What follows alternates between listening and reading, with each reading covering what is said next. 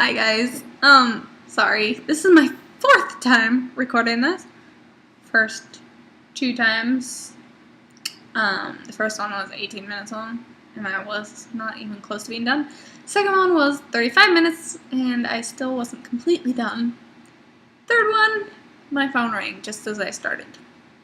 So, here's to starting over. Okay, so first of all, I am excited to be on this channel. My name is Angela. My username is ArcDrummer. I have 2, but it's ArcDrummer. So yeah, I look forward to hearing from everybody and hope that I bring something new and exciting. So anyways, let's get started because this is taking me forever. Okay, basically, so if you want an extended version, I will record one and post it on my channel. I'll leave my channel link down there. But just let me know, because like I said, it will be long. But I'll try to condense it now, so you're not sitting here for an hour listening to me blabber. Okay. And I do have ADD, so I will warn you now that I go off in tangents, and that's what also makes it long. Okay, so anyways, my eating disorder, the thoughts and beginning habits started when I was 3. Basically, I always told everyone I was fat and ugly and hideous and worthless and blah blah blah. And I had those thoughts in my mind. Sorry if I talk fast. I'm trying to condense this. Yes, so I always had those in my mind. Although I was a very underweight child. But, you know, whatever. Anyway, so I had all those thoughts ever since I can ever remember. And they've been with me forever. The habits that I had, I would try to restrict as much as I could. I was a people pleaser, so I couldn't restrict myself entirely because I knew that it would upset my family. So I just couldn't. What I did instead was I would eat extremely slow. So then people would get tired of waiting for me, and I could leave without barely eating anything. And so people just thought I didn't eat very much. Yes. Another thing I did, not when I was 3, because I didn't have a younger sister at that time, but when my little sister came along, she was my half sister. I didn't grow up with her, but whenever I was visiting my dad and was with her, I would always try to eat less than her. If not less, equal, never more. I would get really upset if I ate more than her. And she's 4 years younger than me. Yeah. Another thing I did was try to put on her clothes. If I didn't fit, I got very upset. Again, she's 4 years younger. I shouldn't be able to fit in her clothes. So, those are things that I did. I would try to get diet products. Yeah. So that's what I did when I was younger. Now and I can't forget, to punish myself, I would hit, pinch, pull my hair, hit my head against something. That's just what I did from 3 to 17. So now let's move forward to when I was 17. At the beginning of my senior year. The first thing that started was my cutting. And the way this started was very odd and strange. I say this because I had never heard of cutting before until I did it myself. And the way I got started was I was taking my shower to get ready for school, and all of a sudden the thought popped in my mind that I needed to cut myself. Just out of nowhere, just popped into my head that I needed to cut myself. So that was the fight in my head fighting against that thought the entire time I was showering. I didn't do anything in the shower, so I thought I was free of it. But after I got ready, I kind of was like, maybe just once, just to see. Maybe it will help. Maybe I deserve it. Maybe. So I tried it once. And I was like, yeah, I probably shouldn't do this. This is wrong. I've got to do one more. And this is totally stupid. But I had to do one more across the last one that I did so that it was in the shape of a cross to remind myself that I was never going to do it again. And I know that sounds ridiculous, that I would do one more cut to remind myself not to do it. Yeah. Anyways, needless to say, I did it, but it didn't help to stop me. So cutting went on for a couple weeks, and then all of a sudden, I couldn't eat or drink. Like anything. I would pick up food every now and then, so for that week, but I pretty much didn't drink anything. And I'm sure everyone knows that you can live without food for a long time, but water, you can only live without it for at max a week, 7 days. And that's pretty much how long I went. And at the end of it, I think it was after church, so I think it was that Monday, I was like, okay, this is enough. I'm going to have a yogurt at lunch. But I had not rehydrated myself. And yeah, I found out the hard way that you cannot eat when you're that dehydrated. When you basically have little to no fluids in your body, you cannot eat. Your stomach cannot handle it. It can't process it.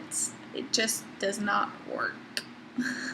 So I ate that yogurt, but it felt like horrible afterwards. And then later on, we were at the DMV in line, and it was long. And so I had to leave the line, leave my mom there, and go get sick. Not on purpose. It was just my body could not keep the contents in because I was so dehydrated. So, yeah, I learned that lesson the hard way. The other lesson I learned was that I can get away without eating and play it off that I'm sick and I can't. So my eating disorder was quite happy with that week of me not eating or drinking, which convinced my mind that it was a good thing because my clothes were even looser. I felt happy, which is stupid. I just got sick and I was happy. Yeah, so that is how my eating disorder got enhanced to the extreme. So I would not eat, except very little every now and then. So yeah, at this point, my entire eating disorder was wrapped around restriction and cutting, but that wasn't. Comorbid illness is my cutting. Yeah.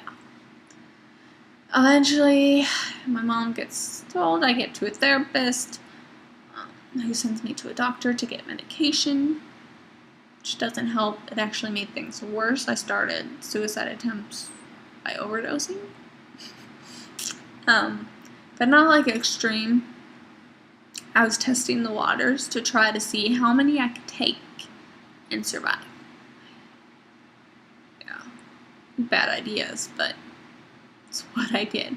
Everything is a game to me, which, it took me a while to realize that, but everything is a game.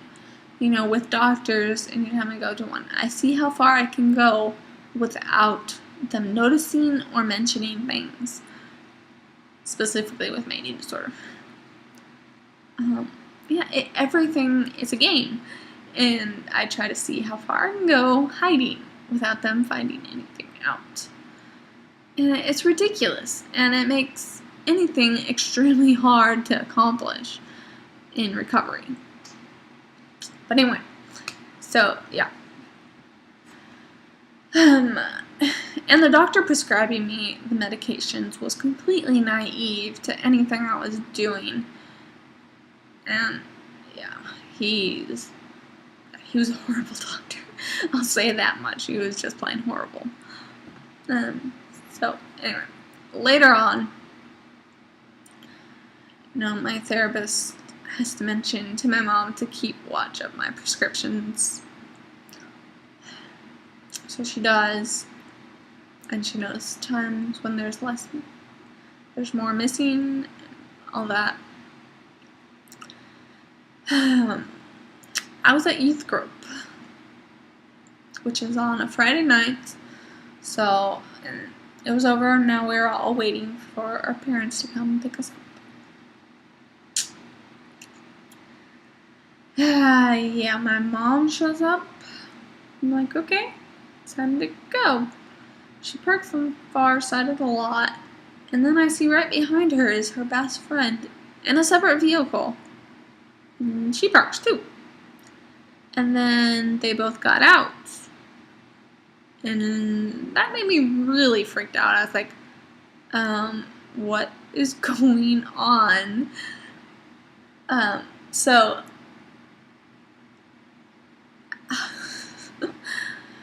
they then head toward my pastor's office with me.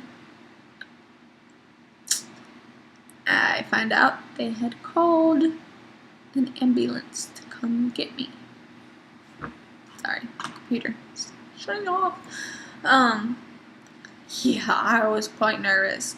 And we had to wait a long time for them to freaking get there.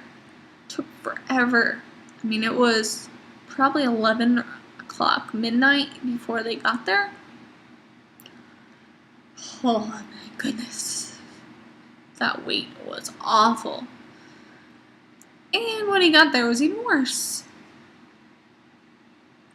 So he goes through talking with everyone, and then he talks to my mom separately, and then he talks to me separately.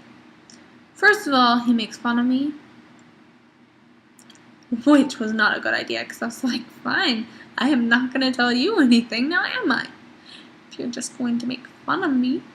So I had told him one of the times that I had overdosed and the amount. But I didn't tell him the other medications I took with it or anything like that. So he's like, you thought you were going to die with XX amount of pills that you took. I was like, he made me mad. I was like, okay, so you just expect me to tell you the complete truth, and then I tell you a little bit of the truth, and you make fun of me for it. That just makes things better. Right. So yeah, needless to say, I didn't mention any of the other times that I overdosed. I didn't mention the times I mixed pills. I didn't honestly tell him how many times I cut. I definitely did not tell him that I would cut when I got home. I mean, come on. I'm not stupid. But he acted like I was. The next thing that made me really mad was he had the pastor bring over his home scale and weigh me. And so he weighed me, and he's like, it's low, but it's not that low. It's like, oh my goodness, I am going to smack you. Yeah, he made things 100 times worse than what it had to be. I mean, it would have been better if he just locked me up. But no. He had to make fun of me and say I was basically implying that I was not sick. I did not have a problem or anything. But my mom was not going to give up. I think it was the next day.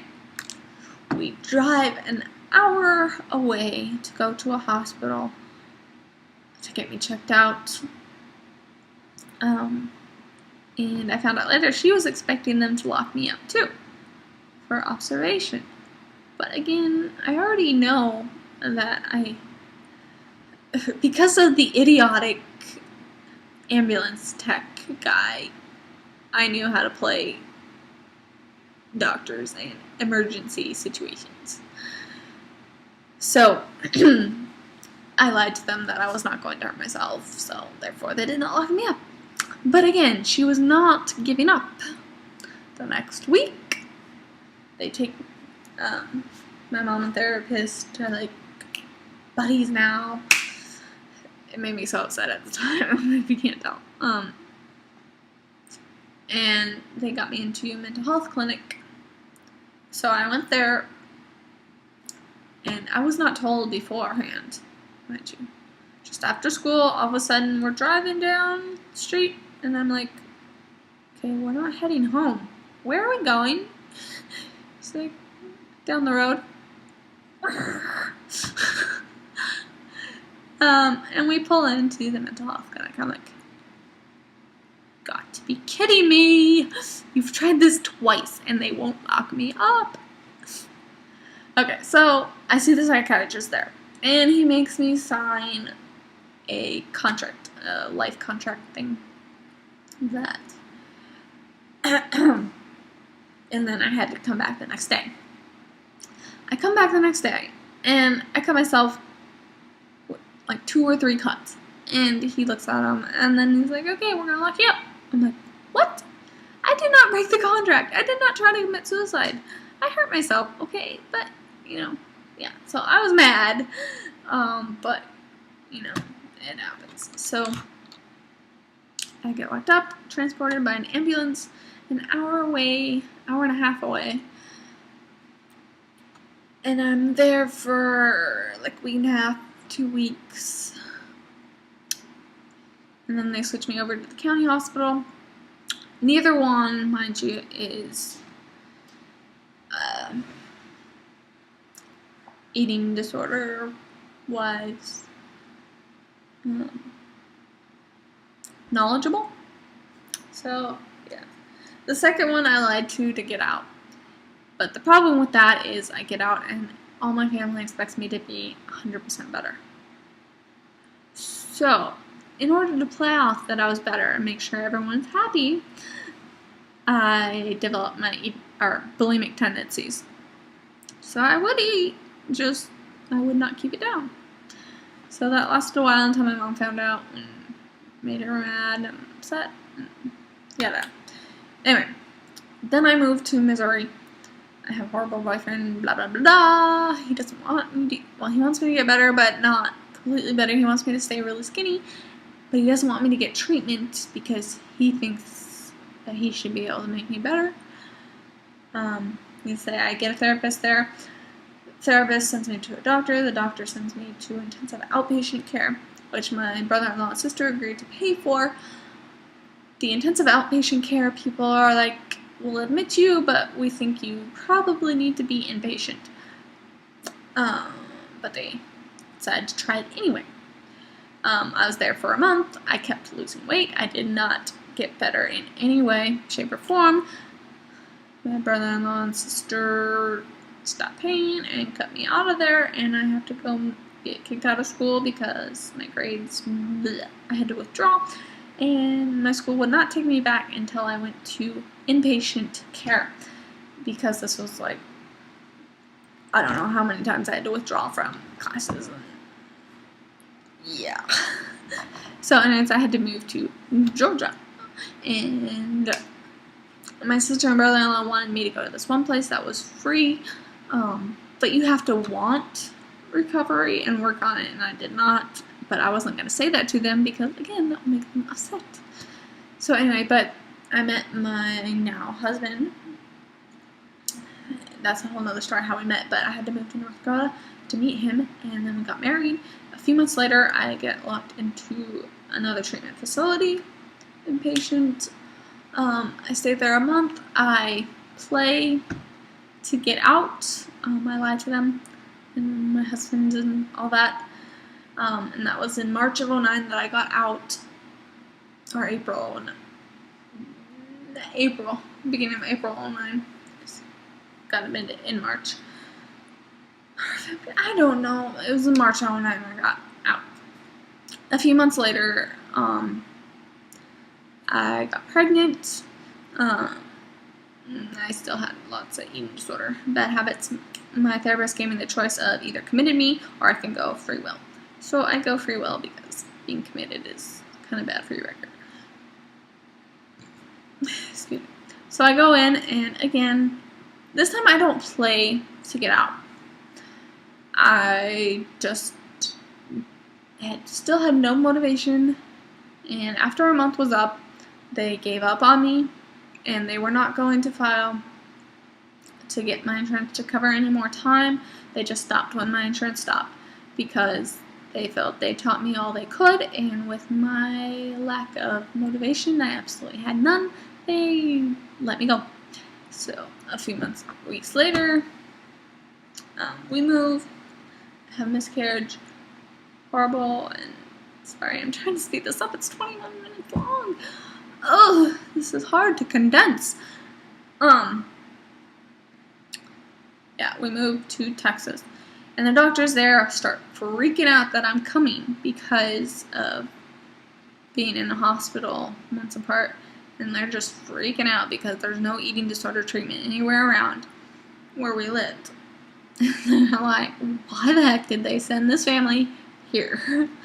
So they gave me the ultimatum: if I keep doing bad, they're going to have to ship my husband off to another base where they have facilities for eating disorders. Yeah, that killed me because my husband just got here and I was going to ruin his career with my eating disorder. So I was forced to eat and gain the weight. So yeah, needless to say, I'm here now. We are now moved to Virginia, and he is out of the military, which makes things a little difficult. I am not under a doctor's care, no therapist, no nothing, no medications.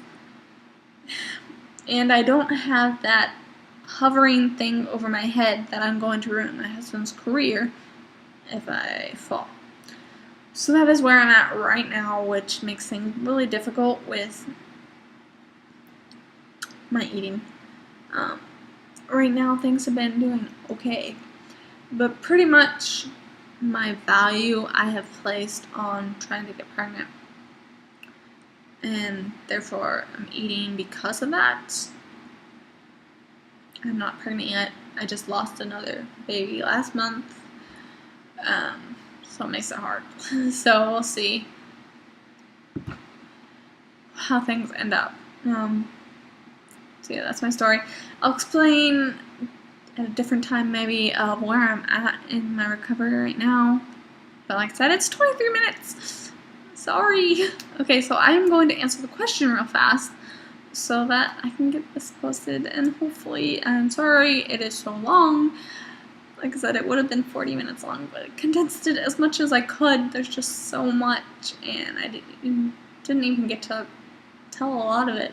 But anyway, question. Sorry. What is something you love or / are you passionate about? One thing is animals. I absolutely love animals. I raised livestock all my life. Sorry. Freaked me out. That was my phone. Text message. Sorry. Apparently my husband has a lot to say in his text message. Sorry. Distractions. I hate them. Yeah, animals. I've raised them my whole life, especially livestock, dairy goats, cow, well, I had some dairy cows, but I didn't raise them, yeah, I can't explain it. Rabbits, guinea pigs, dairy goats, sheep, I don't know what I've said already. So yeah, pretty much any animal I have had. Yeah, and another thing I love is computers. I absolutely love computers, computer graphics. Sorry, I can't talk now. So yeah, anything to do with computers I absolutely love, especially the graphics and web design and all that. Anyway, so I summed that all up. It's 25 minutes long. I am so sorry. Yeah, hopefully you'll forgive me.